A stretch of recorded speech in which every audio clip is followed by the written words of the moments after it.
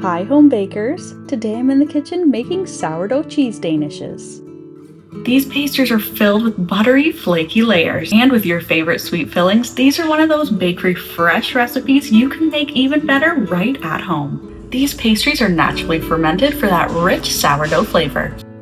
These homemade danishes bake up beautifully golden, and making them at home is easier than you might think. So let's get into the kitchen. This is how I make sourdough Danish pastry. To start the dough for my danishes, in a large bowl I'm going to mix together 3/4 of a cup of warm milk with 1 teaspoon of honey. Stir this together and then I'm going to add in a 1/2 cup of active sourdough starter. After mixing everything into the liquid, I'm going to add in 2.5 cups of all-purpose flour and a 1/2 teaspoon of salt. Now you can make this recipe by kneading it by hand, but I'm going to be using my stand mixer with the dough hook attachment. Mix and then knead the dough until it's smooth and elastic. If you're using a machine, it can take up to 15 to 20 minutes. I usually check it just by holding up a small piece of dough, and if you can gently stretch it out thin enough to see some light passing through it, then it's ready to go. If it rips and tears easily, then you're going to need a few more minutes. Once the dough is well kneaded, I'm going to cover it with plastic wrap or a damp kitchen towel and allow it to rise until it's doubled in volume, which for me took about 1.5 to 2 hours. Now my dough is nicely puffed up. I'm just going to sprinkle a bit of flour down on the counter, and I'm going to roll the dough out into a large rectangle.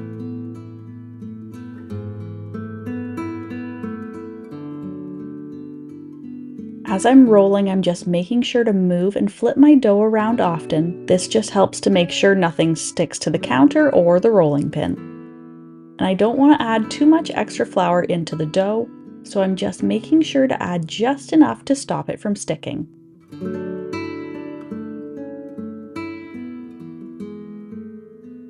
And the next step is to add in the butter layer. I'm going to be spreading the butter over 2/3 of the dough, so just mark that off first before you add on the butter. I have a 1/2 cup of softened butter and I'm going to spread it evenly over 2/3 of the rectangle. Now, if you've made different pastry doughs before, you may have started with a solid square of cold butter, and if you do prefer that method, you could absolutely still make this Danish pastry. I did find that spreading out the softened butter first onto the pastry and then popping the whole thing into the fridge to harden and solidify the butter layer worked really well for me for these danishes.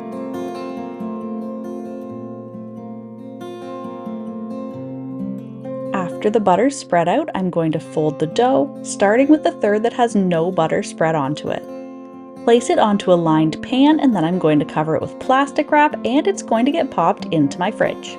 I'm going to let the butter chill and harden in the fridge for at least an hour before rolling it out. And that's going to give us our first 3 layers.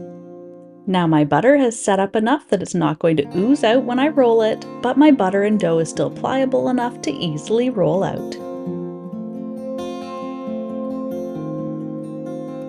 We're going to roll this dough out again onto a lightly floured counter to a large rectangle, about the same size as we rolled it out last time. And I'm trying to keep the sides and edges straight as I roll it out. That way everything will line up evenly when we go to fold it. I'm going to fold this in thirds again, place it on my lined sheet, cover it, and put it back into the fridge for another hour. And I'm going to repeat this rolling, folding, and chilling step 2 more times. This will give the pastries plenty of flaky layers inside. After the final 1 hour of chill time, I'm going to roll it out for the final time. This time I'm going to be rolling it out into a square about 12 inches by 12 inches.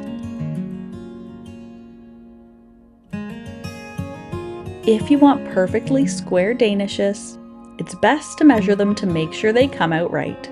I'm going to be forming mine into little star shapes, so I want to make sure mine are perfectly square. If you want to form yours in a different way, then you don't really need to measure it out.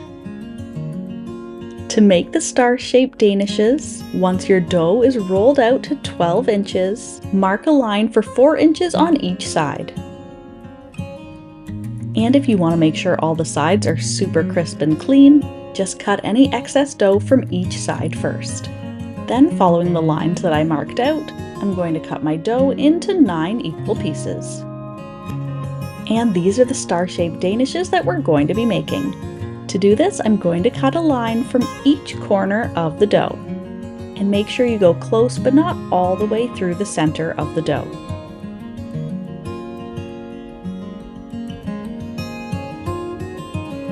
And I have a beaten egg off to the side in my bowl here, and I'm just using this egg wash as a little bit of glue to hold down the pieces of the dough. Then you can grab the 1/2 of the corner and fold it down towards the middle of the square. Repeat this on all 4 corners until you have a star. And of course, this is only one way to shape danishes, so choose whichever one you'd like, or you can experiment with a few different shapes.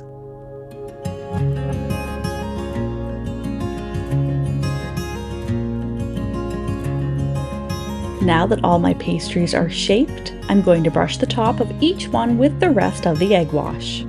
This step is optional, but it's going to give your danishes the perfect golden texture and shine.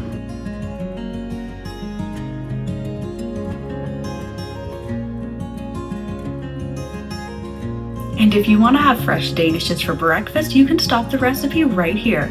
After you roll it out and shape it, place on your filling and then put it in the fridge to do its final rise in the fridge overnight. Then in the morning, all you need to do is bake and enjoy.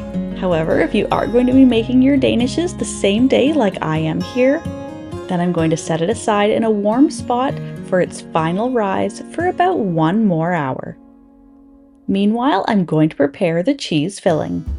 In a bowl, mix together 4 ounces of softened cream cheese with 3 tablespoons of honey, a 1/4 teaspoon of salt, and a 1/2 teaspoon of vanilla extract. I'm using honey as a natural flavor and sweetener for my cheese Danish filling, but you could also swap this out for sugar. I'm just going to mix this by hand with a spatula until everything's incorporated and the cheese Danish filling is silky smooth. And now that my Danish pastry has puffed up, I'm going to place about a tablespoon of the cheese filling in the center of each Danish. And I know it can be tempting, but make sure you don't overfill them. This filling will start to run and ooze in the oven, so if you have too much, it will start to run over the sides. This seemed to be the perfect amount to let the cheese just spread out but not spill over. Along with the cream cheese filling, feel free to add your favorite toppings. Fresh fruit is always a hit. You could add it before or after they're baked, or try adding some fruit preserves for an easy fruit filling. I'm just adding a few sliced strawberries to some of my Danish pastries, but for most of them I'm just going to bake them as they are.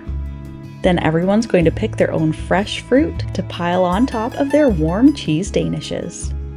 I'm also going to mix a quick vanilla glaze to drizzle over top of each Danish before serving. And since cheese Danishes are best served fresh, I'm just going to let them cool slightly and then they're ready to enjoy. We're going with fresh fruit to top our Danishes, but baking them with jam, adding some lemon curd, apple butter, or some soft maple cream are some more amazing options you might want to try.